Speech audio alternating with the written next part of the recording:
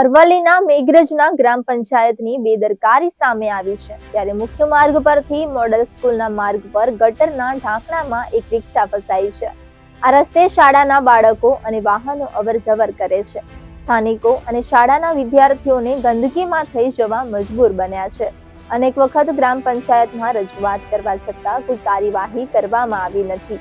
થોડાક દિવસ અગાઉ પણ આ ગટરનું સમારકામ કરાયું હતું ત્યારે સમારકામ કરવા છતાં પહેલા જેવી જ સ્થિતિ સર્જાઈ છે। મેઘરજના મેઇન રોડ પરથી મોડેલ હાઈસ્કૂલ તરફ જતા રસ્તા પર છેલ્લા કેટલાય દિવસથી ગટરનું ઢાંકણું તૂટી ગયું હોવા છતાં મેઘરજ ગ્રામ પંચાયત કોઈ પણ ધ્યાને લેતું નથી અને એના માટે ઘણી બધી રજૂઆતો પણ થઈ ચૂકી છે। શું આ સ્થળ પર કોઈ બાળક સ્કૂલ પર જતા ગટરમાં ફસાઈ જાય અને જીવ ગુમાવશે ત્યારે શું આ પ્રશાસનની આંખો ખુલશે? કેટલાય પ્રશ્નો થઈ રહ્યા છે। કેમ હજુ એ પ્રશાસન ઊંઘમાં છે? ઘણા પ્રશ્નો થઈ રહ્યા છે। હવે જોવાનું એ છે કે કેટલા દિવસ સુધી આ પરિસ્થિતિ આવી જ રીતે યથાવત રહેશે।